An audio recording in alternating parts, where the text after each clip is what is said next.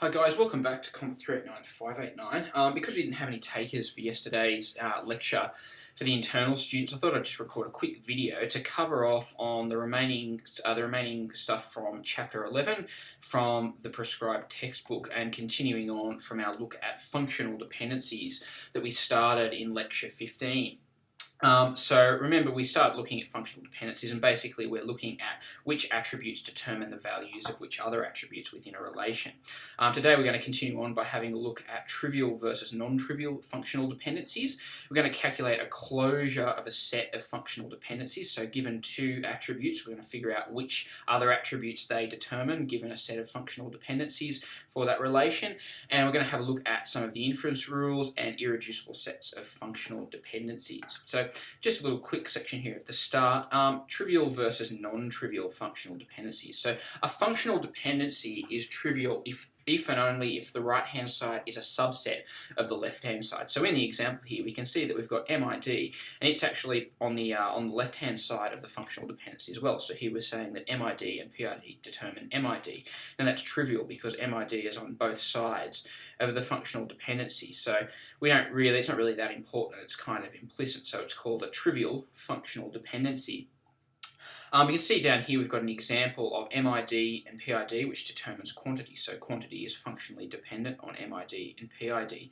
Now, because quantity only appears on the right-hand side of the functional dependency, it's actually a non-trivial functional dependency there. So it's actually a meaningful one that actually gives us some additional information there. So make sure you can differentiate and identify trivial and non-trivial functional dependencies there, and just understand basically the concept that's going on up here. So moving on here to look at the closure of a set of functional dependencies. And the concept of a closure of a set of functional dependencies basically involves figuring out which attributes determine what attributes given a set of functional dependencies. And we'll actually get to an algorithm where you can actually calculate this for a set of attributes for a given relation. But first we've just got to go into some lead up to that. We're going to have a look at some inference rules and how they work. But just to start off here, some functional dependencies imply other functional dependencies. So here we can see from our example we've got MID and PID determining city and quantity. This functional dependency at the top here implies these two down here. So MID and PID determine city, MID and PID determine quantity. So if R is a relvar with attributes A, B, and C, such that the functional dependency is we've got A determining B and B determining C, then it holds true by transitivity that A determines C. So here, note here, functional dependency A determines C is a transitive functional dependency. We'll see down here in the inference rules how that happens. But it's important to understand that some functional dependencies imply others. So just revising our inference rules here, you would have looked at these when you were looking at set theory in AMath 140. We've got the basic inference rules here are reflexivity, augmentation, and transitivity. Basically, going from the top here, if B is a subset of A, then A determines B, or B is functionally dependent on A. So in the example here, we've got MName and status determining status. So here we can see that because status is a subset of the set on the left-hand side here, it's functionally dependent on that one. Here we can see augmentation. So if we add the attribute C to both sides, we can see that holds true, that functional dependency holds true. So for example, if we've got city determining status, if we throw MName in there, then we've got city and MName determining status and MName. So we can see that holds true based upon our reflexivity rule up the top here. And the final one, which is our example that we looked at before here, is our transitivity rule. So if A determines B, B determines C, then A also determines C via transitivity. And this one is particularly important when we start looking at normal forms and data redundancy later on, so make sure that you remember that one. We've got these other less important but nonetheless relevant rules down here. So we've got self-determination. This one again is quite trivial. So functional dependency here, A determines A, so status determines status. It's fairly trivial and fairly self-evident. Got decomposition, so we saw an example of this up before there where A determines BC, so A determines B and A determines C. We've got the union, so if A determines B, A determines C, then A determines BC. So you see you can combine and decompose functional dependencies based upon those rules, and you've got composition there. So you've got A determining B, C determining D, so that they can be combined into this one functional dependency here. And we've also got this quick little example down here of the general unification theorem. So if A determines B, C determines D, then this particular functional dependency holds true. We've got a worked example here as well. So just have a quick read through that section in the text. It's not so important because it's not very often you're going to come across this situation when dealing with data, but I'm pretty sure you've got a proof in there to look through. And we've got an example down below here of how to actually apply these different rules. So here we can see that if we've given a set of functional dependencies, so we've got A determining BC, B determining E, and CD determining EF, we can actually derive other functional dependencies here. So if we're given A determining BC, then we can actually say A determines C. You can also say A determines B if you want. If we've got AD determining CD by applying our augmentation rule there, we've got CD determining EF. This one's actually given, so if we see up the top in our original set of functional dependencies, CD is actually given to us, so therefore we've got AD determining EF by transitivity, and then we can decompose that, so we can see that the functional dependency AD determining F is holds true in R, so it's a member of the closure of a given set of functional dependencies there. So moving forward here, we're actually looking at looking at the algorithm for calculating a closure of a set of attributes. So basically, it's possible to compute the closure denoted by SS plus of a given set of functional dependencies by means of an algorithm. So for a given relational variable R, a given set of Z attributes of R and a given set of S functional dependencies that hold true for R, it's possible to determine a set of all attributes R that are functionally dependent on Z. So basically we can work out which attributes are dependent on Z attributes from our given relation R. So in the example down below here, I'll come back to the algorithm here. So for example, if we're given a set of functional dependencies for a relation here, so we've got A determining BC, E determining CF, B determining E. If we start by taking attributes A and B, we can compute which other attributes from our relation. So if we're taking A and B, we can find which of the attributes, including A and B, are actually determined by A and B.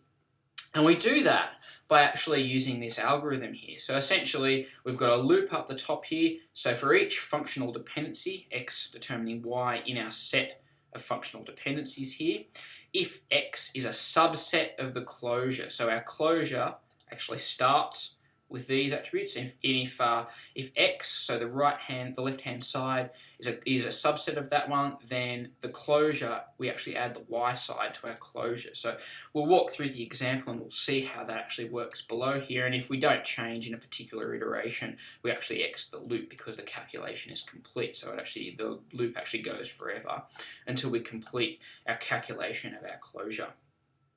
So starting down with our example, this example is taken from the textbook, so you can review the example there as well. So we start with our functional dependencies. So this is our S, this is our functional dependencies, and we've got our set of attributes, so these are our Z's.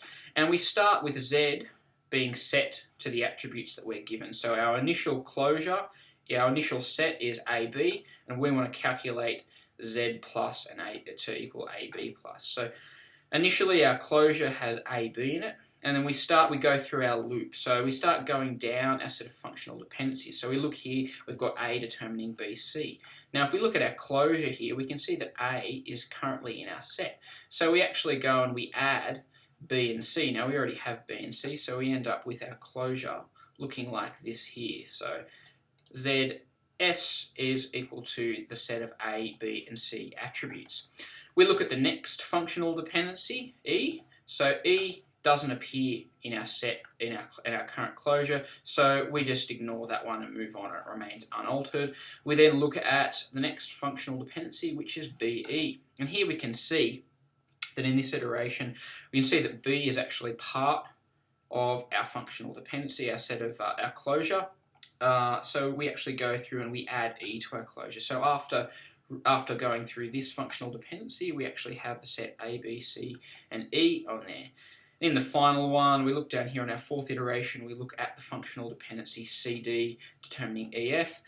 Because C and D aren't in, we've only got C, we don't have D in our set here.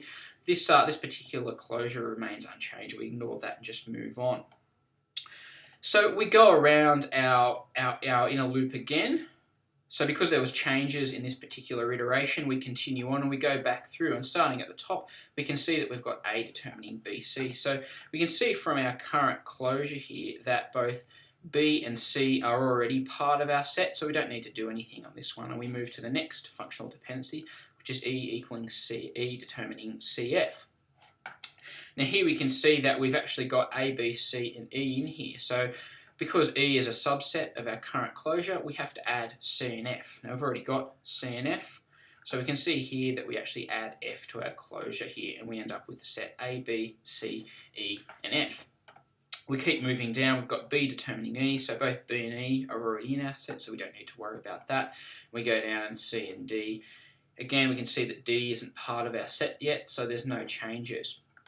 So that finishes our second iteration, and we go around again, and in the final iteration here, there's not going to be any changes. So the final result, the closure, so AB plus, closure on a set of attributes is actually the attributes A, B, C, E, and F. And what that actually means, what we're saying here is the attributes A and B of our relation R up here actually determine the attributes A, B, C, E, and F.